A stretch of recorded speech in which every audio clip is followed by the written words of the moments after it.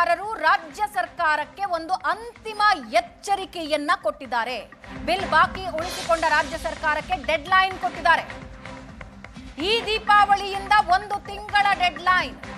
ಗುತ್ತಿಗೆದಾರರ ಸಂಘ 1 ತಿಂಗಳ ಡೆಡ್ಲೈನ್ ಕೊಟ್ಟಿದ್ದು 33,000 ಕೋಟಿ ರೂಪಾಯಿ ಬಾಕಿ ಕೊಡಿ ಅಂತ ಗುತ್ತಿಗೆದಾರರು ಪಟ್ಟು ಹಿಡಿದಿದ್ದಾರೆ. 1 ತಿಂಗಳಲ್ಲಿ ಹಣ ಕೊಡದೇ ಇದ್ರೆ ಕಾಮಗಾರಿಗಳನ್ನ ನಾವು ಬಂದ್ ಮಾಡ್ತೀವಿ. ದೀಪಾವಳಿಯಿಂದ ಸರ್ಕಾರಕ್ಕೆ 1 ತಿಂಗಳ ಗಡುವು.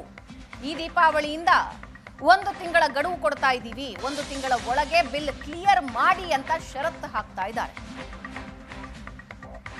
ಒಂದು ವೇಳೆ ಅದಾಗಲಿಲ್ಲ ಅಂದ್ರೆ ಎಲ್ಲಾ ಕೆಲಸ ಸ್ಥಗಿತಗೊಳಿಸಿ ಪ್ರತಿಭಟನೆ ನಡೆಸೋದಕ್ಕೆ ನಿರ್ಧರಿಸ್ತೀವಿ. ಗವರ್ನರ್, ಕಾಂಗ್ರೆಸ್ ವರಿಷ್ಠರಿಗೂ ಕೂಡ ದೂರು ನೀಡ್ತೀವಿ ಅಂತ ಅಂತಿಮ ಡೆಡ್ಲೈನ್ ಗುತ್ತಿಗೆದಾರರ ಸಂಘದಿಂದ ಬಂದಿದೆ. ಸರ್ಕಾರದಲ್ಲಿ ಲಂಚ ಇಲ್ಲ ಅಂತ ಗುತ್ತಿಗೆದಾರರು ಹೇಳಲ್ಲ. ಪರ್ಸೆಂಟ್ ಕಮಿಷನ್ ಬಗ್ಗೆ ಮುಂದೆ ಡಿಸೆಂಬರ್ನಲ್ಲಿ ನಾವು ಮಾತಾಡ್ತೀವಿ. ಗುತ್ತಿಗೆದಾರರ ಸಂಘದ ಅಧ್ಯಕ್ಷ ಮಂಜುನಾಥ್ ಈಗ ಹೊಸ ಬಾಂಬ್ ಸಿಡಿಸಿದ್ದಾರೆ. ದೀಪಾವಳಿ ಹಬ್ಬಕ್ಕೆ ಹಣ ಬಿಡುಗಡೆ ಮಾಡ್ತೀವಿ ಅಂತ ಸರ್ಕಾರ ಹೇಳಿತ್ತು. ಮುಖ್ಯಮಂತ್ರಿಗಳಿಗೆ ನಮ್ಮ ಸಮಸ್ಯೆ ಯಾಕೆ ಅರ್ಥ ಆಗ್ತಿಲ್ಲ, ನಮ್ಮ ತಾಳ್ಮೆ ಕಟ್ಟೆ ಒಡಿಬಾರದು. ದೀಪಾವಳಿ ಆದ ಮೇಲೆ ನಾವು 1 ತಿಂಗಳು ಕಾಯ್ತೀವಿ, ಆಮೇಲೆ ಕೆಲಸ ನಿಲ್ಲಿಸೋದಕ್ಕೆ ನಾವು ನಿರ್ಧಾರ ಮಾಡ್ತೀವಿ. ಬಾಕಿ ಹಣ ಬಿಡುಗಡೆಗೆ ಸರ್ಕಾರಕ್ಕೆ 1 ತಿಂಗಳ ಗಡುವು ಕೊಟ್ಟಿದ್ದಾರೆ ಗುತ್ತಿಗೆದಾರರು. ಮುಖ್ಯಮಂತ್ರಿಗಳು ನಾವು ಸುಮಾರು 2 ವರ್ಷದಿಂದ ಕಳ್ಕೊಂಬಂದಿದ್ದೀವಿ. ನಮ್ಮ ತಾಳ್ಮೆ ಕಟ್ಟೆ ಹೊಡಿಬಾರ್ದು. ನಾವು ಮುಂದಿನ ದಿನಗಳಲ್ಲಿ ನಾವು ಉಗ್ರ ಹೋರಾಟ ಮಾಡಬೇಕು ಅಂತಂದೇಳಿ ಅಂದ್ಕೊಂಡಿದ್ದೀವಿ.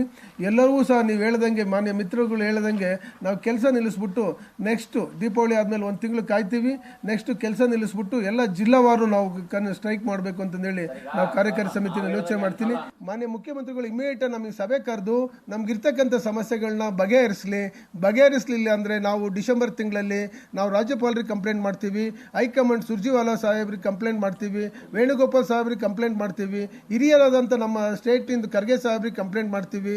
ಆಮೇಲೆ ಸಾಧ್ಯವಾದರೆ ನಾವು ಒಂದು ಅಪಾಯಿಂಟ್ಮೆಂಟ್ ಕೇಳ್ಕೊಂಡು ರಾಹುಲ್ ಗಾಂಧಿ ಅವ್ರಿಗೆ ಕಂಪ್ಲೇಂಟ್ ಮಾಡೋದಕ್ಕೆ ನಮ್ಮ ಕಾರ್ಯಕಾರಿ ಸಮಿತಿ ಮೊನ್ನೆ 25ನೇ ತಾರೀಕು ಮೀಟಿಂಗ್ ತಗೊಂಡಾಗ ಎಲ್ಲ ಡಿಸೈಡ್ ಮಾಡಿದ್ದೀವಿ. ಹಣ ಬಿಡುಗಡೆ ವಿಚಾರವಾಗಿ ಜಾಸ್ತಿ ಆಗಿದೆ ಅಂತಂದೇಳಿ ಬರೆದಿರೋದು ಸತ್ಯ. ಅಂದರೆ ಹಣ ಬಿಡುಗಡೆ ವಿಚಾರವಾಗಿ ಹಿಂದಿನ ಸರ್ಕಾರದಲ್ಲಿ ಏನಿತ್ತು 4-5% ಇತ್ತು, ಈಗ ಡಬಲ್ ಆಗಿದೆ ಅಷ್ಟೇ. ಅದನ್ನು ಹೇಳಿದ್ವಿ ಹೊರತು ನಾವು 40% ಡಬಲ್ ಆಗಿದೆ ಅಂತ ಹೇಳಲ್ಲ. ಹೆಂಗೆ ಹೇಳೋಣ? ನಾವು ಕಾಂಟ್ರಾಕ್ಟರ್ಗಳು 80% ಮಾಡಿಬಿಟ್ಟು GST ಕಟ್ಕೊಂಡು ಹೆಂಗೆ ಕೆಲಸ ಮಾಡೋಕ್ಕಾಗುತ್ತೆ? ಇನ್ನೊಂದ್ಸರಿ ಕನ್ಫರ್ಮ್ ಮಾಡ್ತೀನಿ. ಹಣ ಬಿಡುಗಡೆಗೆ ನಿಮ್ಮ ಸಾಹೇಬರು ಏನು ಹೇಳಿದ್ರು, ನಮ್ಮ ಸರ್ಕಾರ ಬಂದ್ಬಿಟ್ರೆ ಹಣ ಬಿಡುಗಡೆ LOCಗೆ ಯಾರು ದುಡ್ಡು ತಗೊಳಲ್ಲ ಕಣಯ್ಯ ಅಂತ ಹೇಳಿದ್ರು. ಮನೆ ಮುಖ್ಯಮಂತ್ರಿಗಳು ಇದೇ ಸ್ಟೈಲಲ್ಲಿ ಹೇಳಿದ್ರು.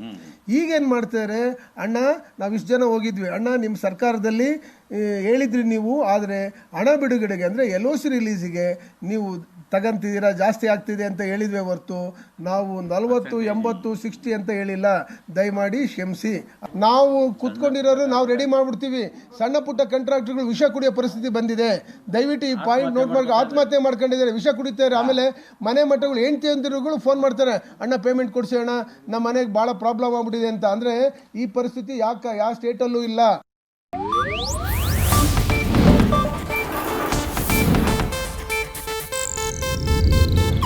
ಇದು ಏಷ್ಯಾನೆಟ್ ನ್ಯೂಸ್ ನೆಟ್ವರ್ಕ್ ಪ್ರಸ್ತುತಿ.